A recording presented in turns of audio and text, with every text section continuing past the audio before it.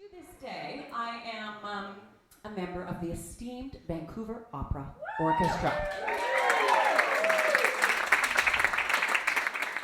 Now, playing in the pit of an orchestra may sound really prestigious, but a lot of the time it's actually 2 hours of boredom intermixed with 2 minutes of abject terror. Either you're sitting around and you're counting bars, or you're reading a book, or you're vegging out, or you're freaking out because you figured you missed your cue by falling asleep or miscounting bars because you were vegging out reading a book. And then when you do play, it is always a solo.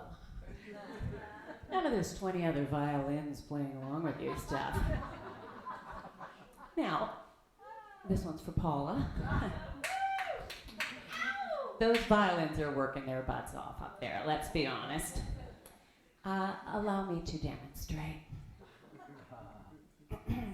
Thanks for the pointer, Dad. Okay, I'll try not to get you in the eye with this, Renee. Here we have a little bit of the violin part, very small section, from Bizet's opera Carmen. You'll note, it's very dark. There's a lot of little black dots. A lot of little sticks, very dense, very black, right? By contrast, here we have almost an entire act for percussion. We start tacit, that means shut up, don't play anything. Movements, 3 Bs, 4, 5, 6, 7, 7 Bs, 8, 9, 10. We do absolutely nothing. Movement 11, things really heat up. We have 47 bars of rest. There's a critical tempo, time signature change. Percussionist has absolutely nothing to do with that. And we get 15 more bars of rest. And then, oh thank goodness, a pause or fermata to catch our breath. 6 more bars of rest. What the heck is that? Some obscure cue, we don't even know what instrument it is, and another pause.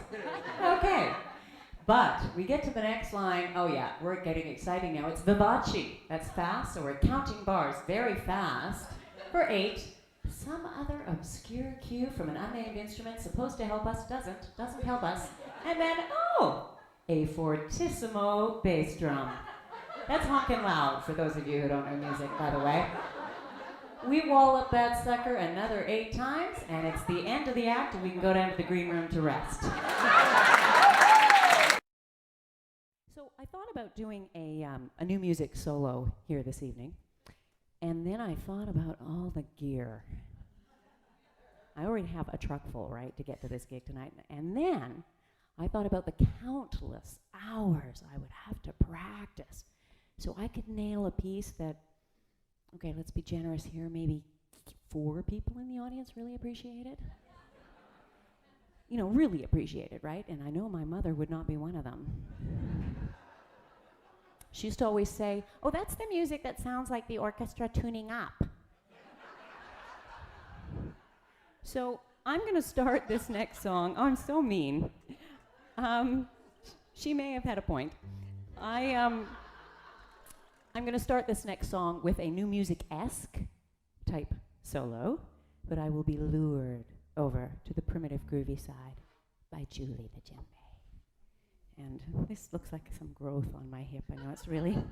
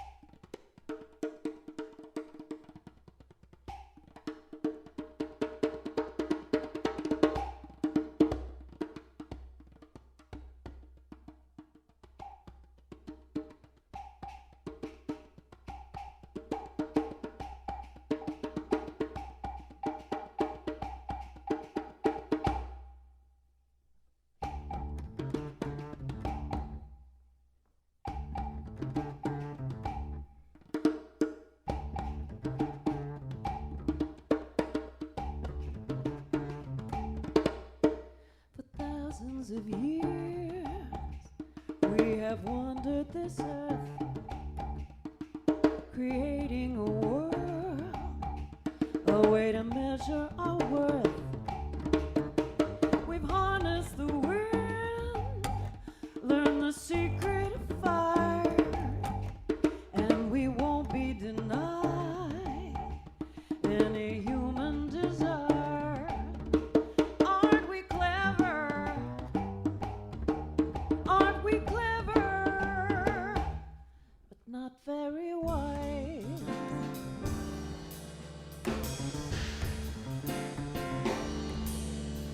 Big business is king. Mother Nature must kneel. Ain't it fun to play God with such arrogancy? But the battle to rule won't be easily won when we can't breathe the air and we hide from the sun. Aren't we clever? Aren't we clever? But not very wise.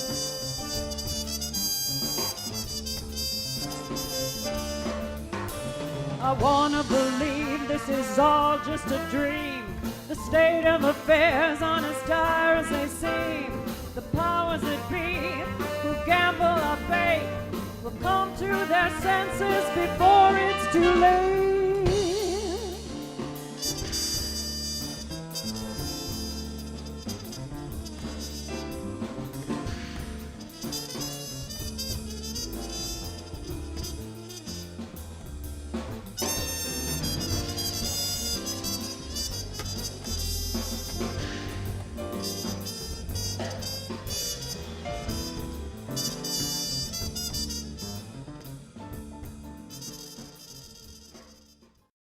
This is my song about creating your list to find the perfect man and then having to go and fill your order in Chilliwack with an Australian.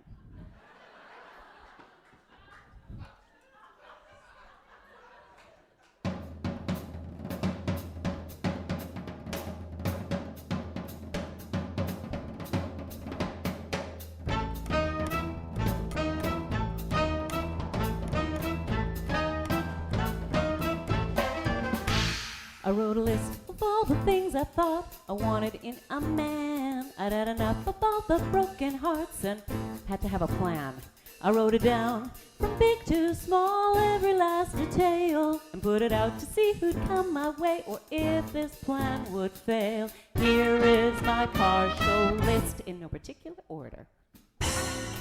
He's got to be from somewhere exotic like Australia. He has got to have his finances together. In the arts, but please, not another drummer. Handsome, but not think that he's too handsome.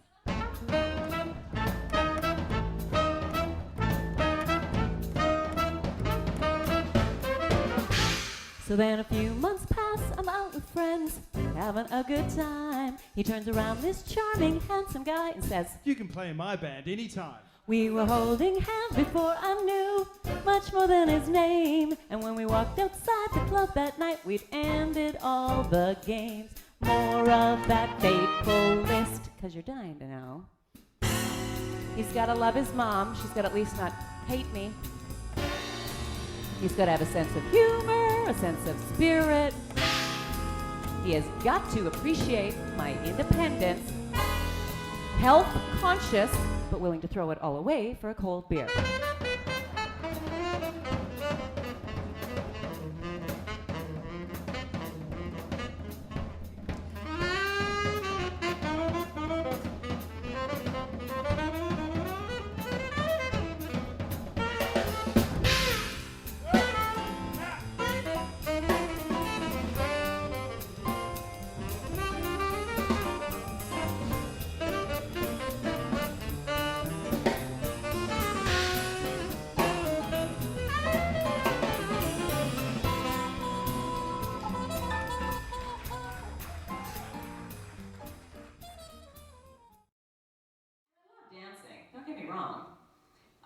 I take this great class. It's called Zumba. Has anybody danced Zumba? Zumba, yeah, it's so fun. World music, really high energy workout, it's fantastic. And I totally enjoy doing this class. However, I think the instructor has no bones. I'm pretty sure she might be made of water or something like that.